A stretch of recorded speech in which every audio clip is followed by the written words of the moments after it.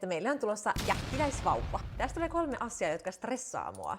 Mä oon siis Enna, mulla on oma kauneussalonki täällä Oulussa ja meille tulee elokuussa esikoinen. Jotta stressi ei kuitenkaan näkyisi mun iholta, niin mä oon alkanut käyttää tällaista BMN antistress-sarjaa, niin seerumia kuin päivävoidettakin. Nää siis lievittää ihon kortisolitasoja patentoidulla ainesosalla. Tää on täysin suomalainen tuote ja sopii myös herkälle iholle, myös meikäläisen atopialle. Tän päälle on ihana meikata ja ei ole tullut näppyjä moniin viikkoihin. Eka asia siis, mikä mua stressaa, on tää tuleva kesäsesonki. Mun tiimissä on tällä hetkellä 8 henkeä mun lisäksi ja meillä kaikilla on ihan täydet kalenterit. Kai kun meidän liikkeestä tehdään paljon hääseuroita, on ehdottoman tärkeää, että jokainen aika on oikealla tekijällä, oikeaan aikaan, oikeassa paikassa, oikealle ihmiselle.